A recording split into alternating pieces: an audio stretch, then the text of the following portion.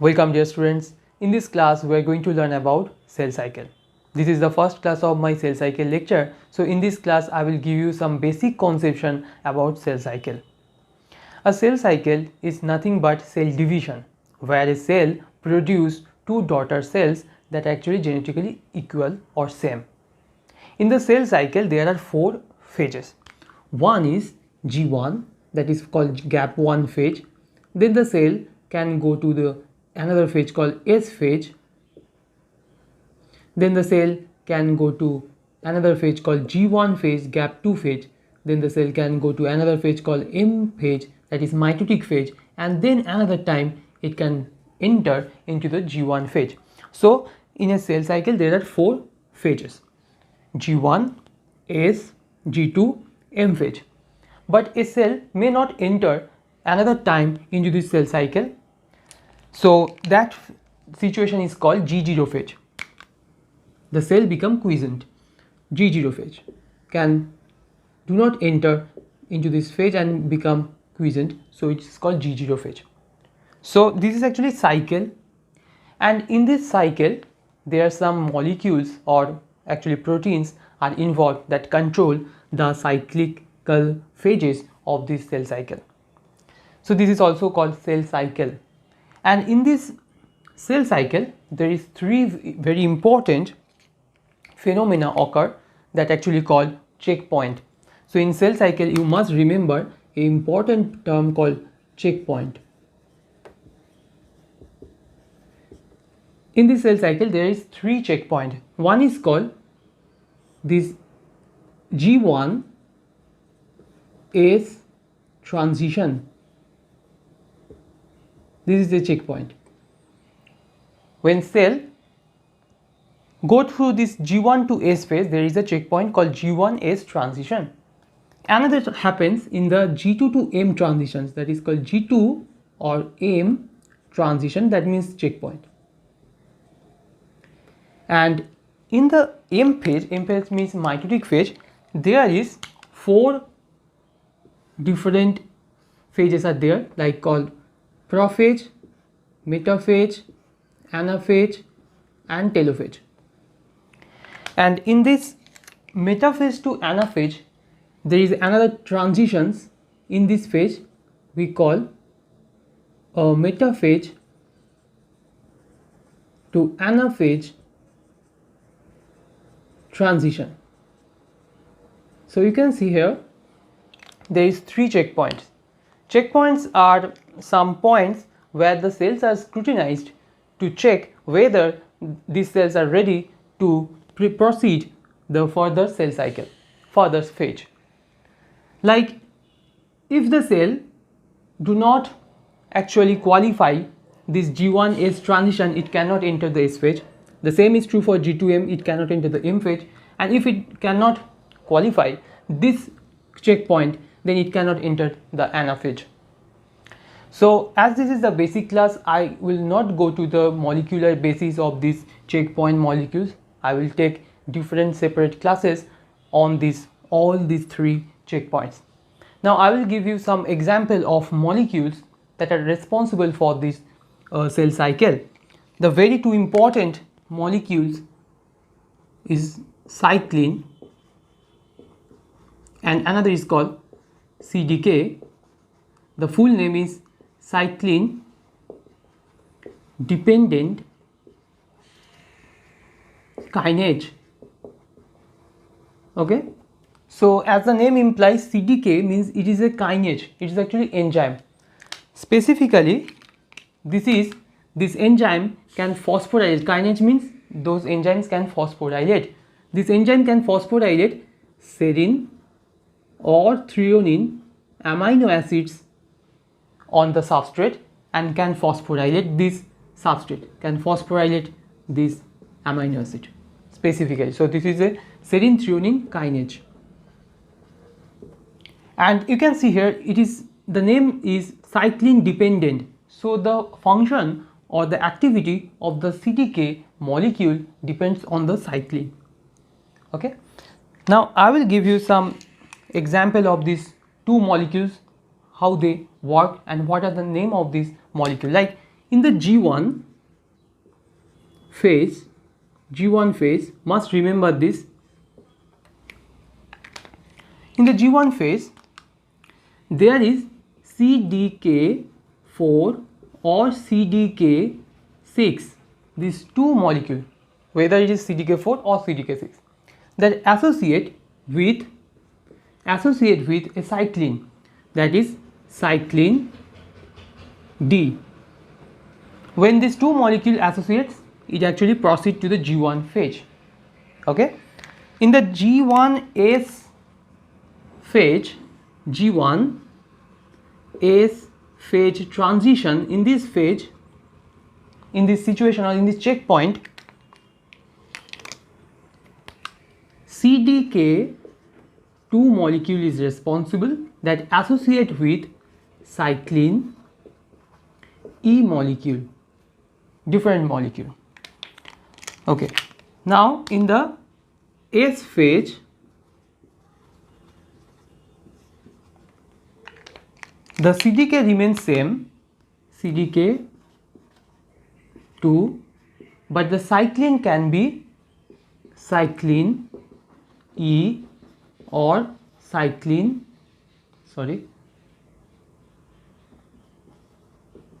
A. In the M phase or mitotic phase, CDK1 and cyclin A or cyclin B actually perform its function. So you can see here there are different CDK and cyclins are actually dedicated to perform this cycle. In the G1 phase, this CDK and cyclin work. In the G1S transitions, this CDK and cyclin E perform its functions. Likewise, this is actually the name of this CDK and cyclin. Must remember, because in CSIR net it actually comes very frequently. In 2020 June, the same questions has arrived in the examination. Now, how these CDK molecules are actually regulated? As the name implies, CDK means cyclin dependent. So cyclin is very important. Unless or until cyclin associate with this CDK molecule, it cannot perform its function. Because in the CDK molecule, there is a loop-like structure called T-loop. In the CDK, there is a T-loop structure present, and when cyclin molecules bind with this CDK, this T-loop actually exposed, and then a molecule called CAK, that means CDK activating kinase. So this is also an enzyme that can phosphorylate CDK.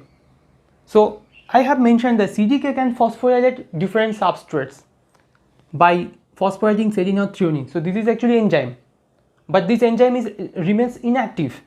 When cyclin associate with CDK, this is CDK, when cyclin associate with this CDK, then a loop-like structure called T-loop or activation loop actually exposed, and this CAK, that means CDK activating kinase, in this enzyme phosphorylate here a threonine residue, threonine amino acid at the position of 160. So I can write here 160 positions and phosphorylate. When this T-loop threonine 160 position gets phosphorylated, the CDK actually gets activated. Only then the CDK becomes activated. So CAK acts as a activator, but there are some inhibitors also present, like WEE1. WEE1 is a kinase. This is also a kinase enzyme, WEE1 kinase, that can phosphorylate particular site of the CDK. I can write here, that is tyrosine 15 and threonine 14. This V1 can phosphorylate these two amino acid of the CDK, specifically MCDK, that means CDK1, and also the SCDK, that means CDK2, and this actually inhibits the CDK. This inhibits the CDK. This CAC activates the CDK. This inhibits the CDK. There is a counterpart of this V1 kinase. We call it CDC25. CDC25 that actually dephosphorylates these two residue. Dephosphorylate, that means this is actually phosphatase. So this is also a activator of the CDK. So there is some activator and inhibitor of the CDK, and by this way this CDK activity is actually regulated. Okay, this CDC25 can dephosphorylate this phosphate group and prevent these inhibitions. Okay, so this is the process. I will not go to details because in my subsequent classes I will talk about this mechanism in more details. So this is the regulation of CDK. But how cyclins are regulated? Cyclin molecules are regulated. Yes, the cyclin molecules are regulated by specifically switching, timing. Actually what happens in case of these different phases, the cyclins are not present but they are produced. In the G1 phase, the cyclin D are produced, and in the G1 to S phase, the cyclin D actually degraded, destroyed. So the timing of transcription and the destruction determines its regulations. Another time I am talking with you, that is the timing of transcription, that means the production of this cyclin at the perfect time and the destruction of the cyclin at the perfect time determines its regulations.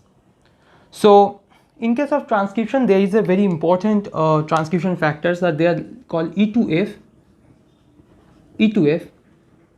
that is a transcription factor, and there is also a inhibitors present that can regulate this E2F protein. We call it retinoblastoma protein, RB, that can inhibit this transcription factor.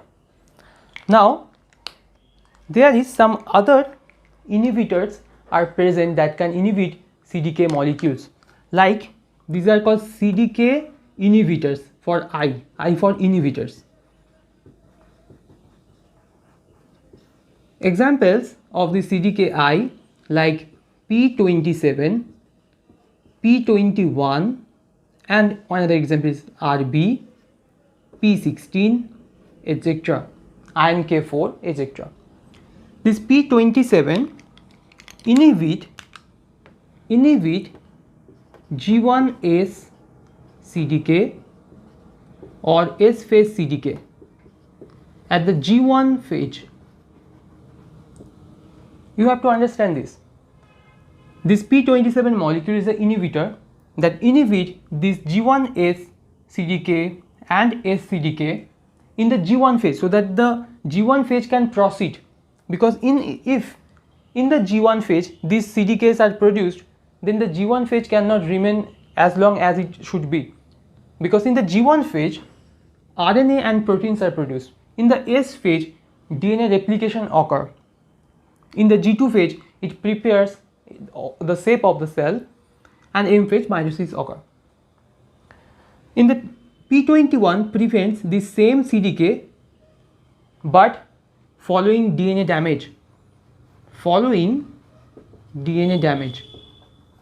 If there is any DNA damage, then P21 prevents to progress to the cell replications if there is any damage in the DNA. Retinoblastoma, I have told you that it prevents the E2F transcription factor, so this transcription factor cannot regulate other molecules. And P16 inhibits G1 CDK. So by this way, there are many different type of proteins are present that regulate the activity of CDK, and cyclins are actually regulated by the timing when they are produced and by destructions. And for the destructions, there are two molecules are actually dedicated. One is called SCF. They actually degrade. They helps in the degradation of this P27. Now you can see here, P27 prevents this CDK, that means CDK2, and you can see here the CDK2 also involved in S phase. So actually P27 prevents this S phase progression, but in a regulated manner. SCF can sense that now the cells are ready to proceed the S phase. Then SCF, this is actually a ubiquitin ligase. These are example of ubiquitin ligase. That means it actually helps in the ligation of ubiquitin, and then the protein actually go to the proteasomal degradation. P27 go to the proteasomal degradation. Degrade the P27. Then what happens? The S phase CDK actually gets activated. It cannot be inactivated by this P27.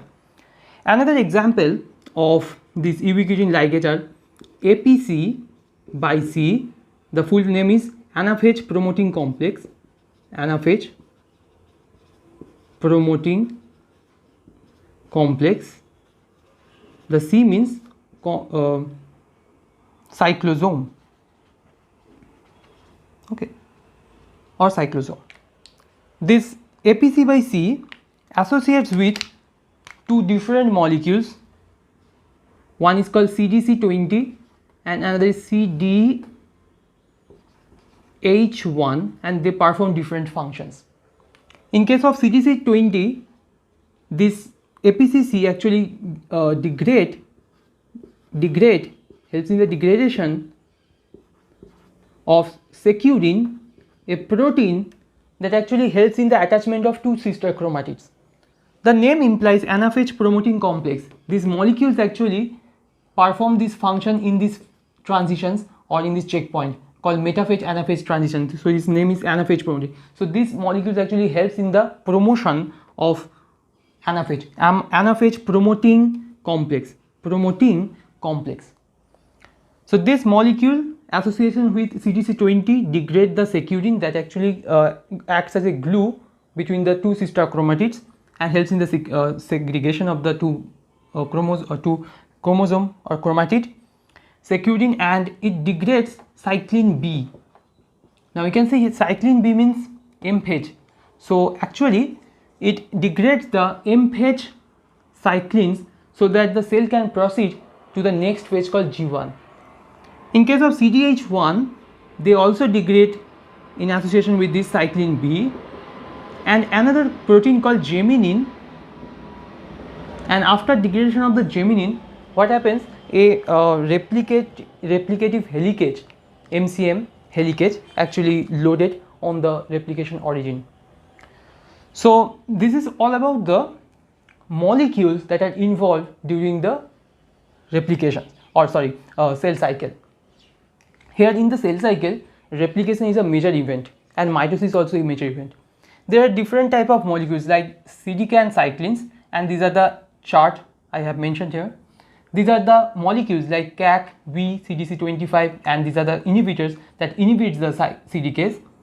And there is some molecules that actually ubiquitin that actually helps in the degradation of the cyclin, and by this way they regulate the cyclin. Hope this video will help you. Thank you for watching and always keep learning.